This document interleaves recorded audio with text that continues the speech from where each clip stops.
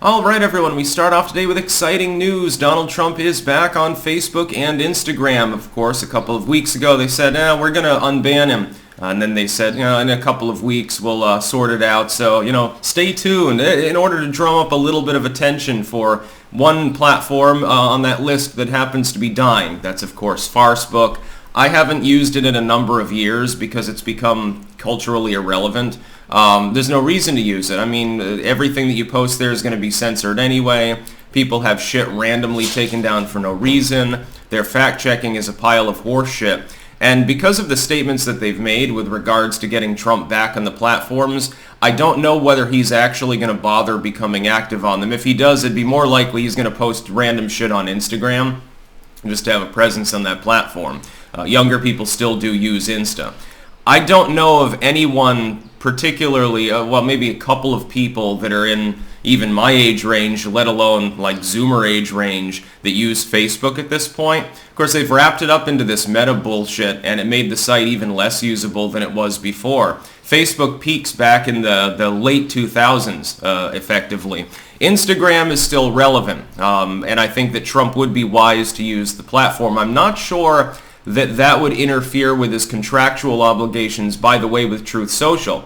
It's a different type of site. Of course, with Twitter, under his contract, Trump's not supposed to post anything there unless it's first posted on Truth Social. One thing about Trump that is rankling me right now, so far I like most of the platforms that he's put forth.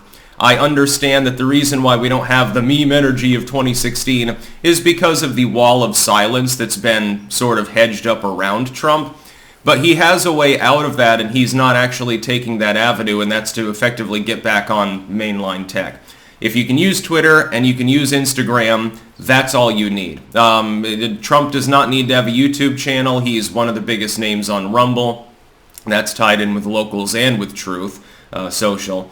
He doesn't need to get on Facebook because why bother? If anything, I would advise Trump, meme it up. Get back on Facebook just once and make a post that berates Facebook, calling it irrelevant and rambling about their site censorship just to stir shit up, and then tell people that they should use other more interesting sites that, somebody under 50 actually uses. That would be a pretty good troll and definitely be meme-worthy. It'd be quite funny. But as far as Instagram goes, it's relevant. It's relevant enough, culturally speaking, to enough people that are in the electorate that it would probably be a good idea for him to use it. Again, that's the one thing that's rankling me about Trump's candidacy so far, is he's stubbornly refusing to do so now.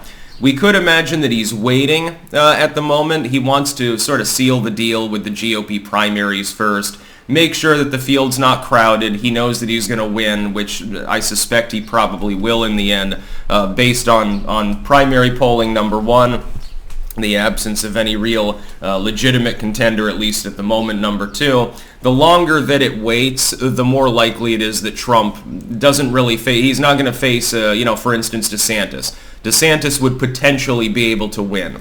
It would be less than a 50-50 shot. He's still considerably behind in national polling, and Trump has that hidden advantage of technical incumbency that may cause some states that particularly like him to simply give him the delegates.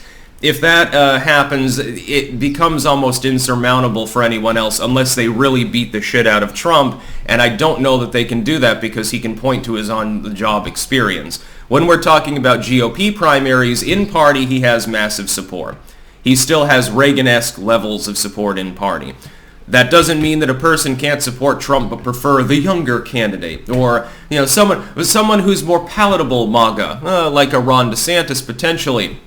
Yeah, I like Trump. For some reason, I've decided to vote for Chris Christie, Chris Christie cream or something.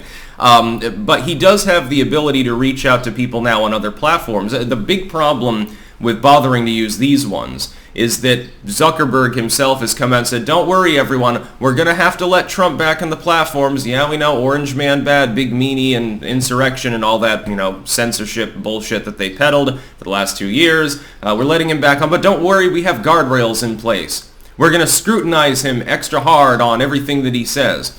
If he ends up returning to the platform and using it for a potentially political purpose, they'll probably just reban him.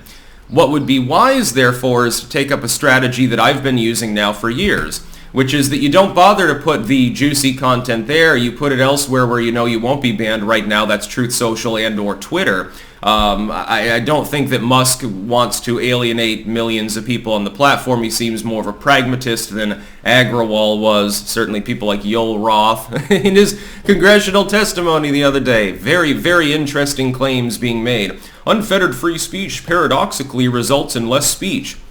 Okay, that makes a whole lot of fucking goddamn sense. All right.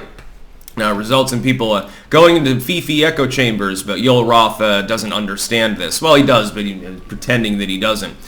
The problem is that with those guardrails in place, all Trump can do is he can post like the Cinco de Mayo taco bowl on Instagram. And this is what he should do. Be very meme-worthy. Don't even post any text with it. Just post the fucking taco bowl. People will talk about it. It's out there on the mainline net. Drag the legacy media and always link back to your other content. I don't think there's any site rule broken, for instance, on Instagram by posting, hey, here's, by the way, my Truth handle or my Twitter handle. Truth Social has some issues, by the way. You know, of course, people outside of the Anglosphere can't even sign up for the service at the moment. So it's really limiting my ability to interact with Donald's content there. Hey, Donald, get back on Twitter. But don't worry about Facebook. Facebook is half foot in the grave anyway, so nobody cares. Again, link in the description, archived, of course. You can see this particular write-up. We'll see if he uses the platforms. I think it's enticing to him. If I had to get a good read of Trump in closing here, he wants to use Twitter and Facebook, and well, maybe not Facebook, and Instagram. He wants to do that. He likes the attention. It's very positive for his ability to campaign to have a broader reach than the echo chamber that he is invested in. He is contractually incapable of doing so at this particular moment. He should rip up that contract and abandon Truth Social if it becomes a problem. Have the contract amended to allow him to cross-post, fiddle with the rules, tinker with the rules, and then take your lumps, which you will get from like Devin Nunes and people like that. They'll say, oh, what are you doing, Donald? Oh, no. Who would use our site if you're also cross-posting on Insta and Twitter? They're just going to go there. Well, it sucks to be you. You know, there's a presidential campaign going on. It's a little bit more important than your corporate site. That's about all. Peace out.